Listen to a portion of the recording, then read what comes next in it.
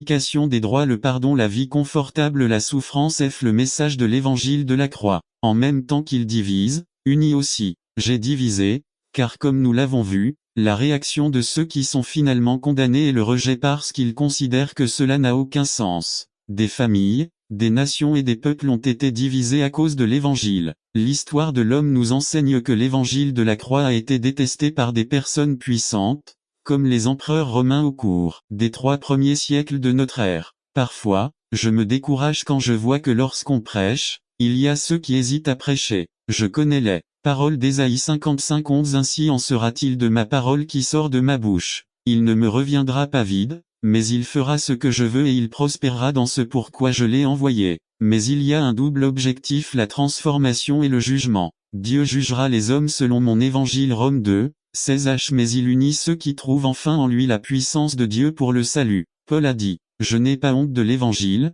car c'est la puissance de Dieu pour le salut de quiconque croit. » La croix et son message sont la raison qui permet à des millions de personnes dans le monde de se lever chaque matin pour affronter les pressions quotidiennes de la vie. La croix et son message sont la raison pour laquelle, au milieu des calamités les plus déchirantes, de nombreux croyants peuvent se lever et louer Dieu.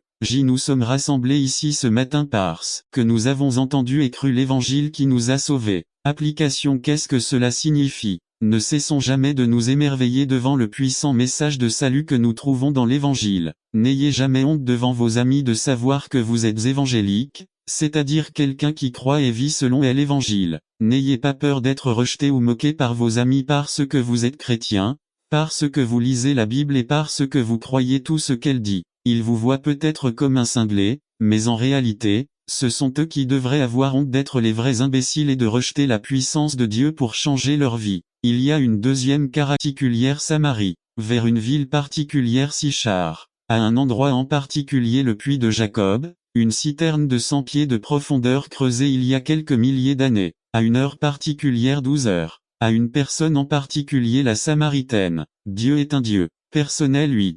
Quelqu'un venait chercher de l'eau au puits, il y avait un rendez-vous divin qui attendait cette personne même si elle ne le savait pas. 9. Ce que fait Jésus est quelque chose qui n'a pas été fait depuis des années, un juif de passage en Samarie. Si seulement je trouvais quelqu'un qui avait un réel besoin et qui n'avait pas honte de dire, « Dieu, j'ai besoin de toi ». Jésus a pu atteindre la ville entière en atteignant la Samaritaine. Aujourd'hui, il regarde certains d'entre nous et il nous dit, « Dès que je l'aurai atteint, je pourrai bouleverser toute leur famille, je pourrai avoir un impact sur leur bureau, je pourrai avoir un impact sur leur université, je pourrai avoir un impact sur leur travail, leur patron. » Alléluia.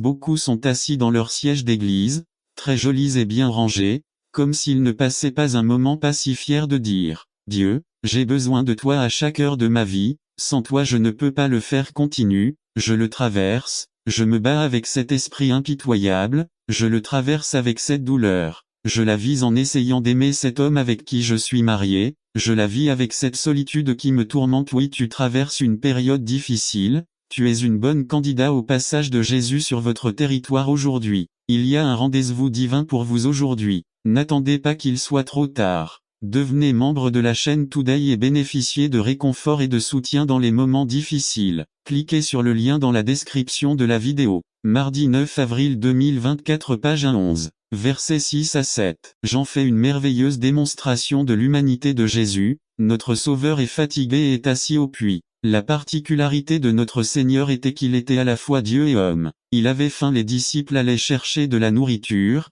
soif et fatigué. 12. Voici une précieuse révélation. Il y avait un puits au-dessus d'un autre puits. Ce que Jacob était dans le naturel, Jésus l'était dans le spirituel. Contrairement au puits de Jacob, le puits de Jésus ne manque jamais d'eau. Ceux qui dépendaient du puits de Jacob au milieu du désert chaud, s'il manquait d'eau, mouraient, mais pas ceux qui boivent au puits de Jésus. 13. Il était midi, il faisait chaud, le soleil était au zénith, la température était de 105 degrés, mais même dans ces circonstances il y avait un but. Verset 7, 14. À ce moment, un étranger arrive pour Jésus, c'est-à-dire, il n'avait jamais eu de contact avec elle auparavant. Jésus savait tout d'elle, mais en même temps ils étaient étrangers car leur chemin ne s'était jamais croisé. 15. Jésus sait tout sur tout le monde ici ce soir, mais il peut y en avoir qui sont étrangers à Jésus parce que leurs chemins ne se sont jamais croisés. Je vous le dis ce soir, c'est votre rendez-vous divin. il peut devenir votre Seigneur et Sauveur au lieu d'être un étranger. 16.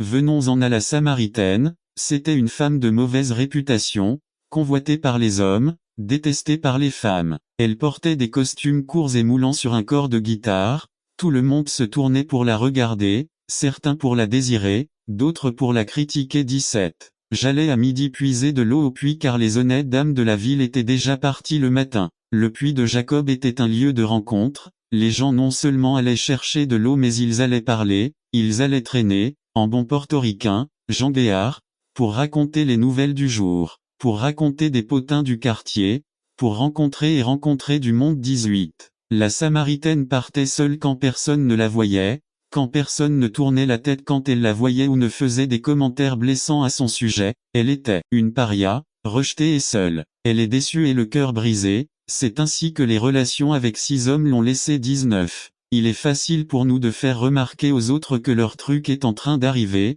parce que ce n'est pas notre affaire, mais si cela nous arrivait,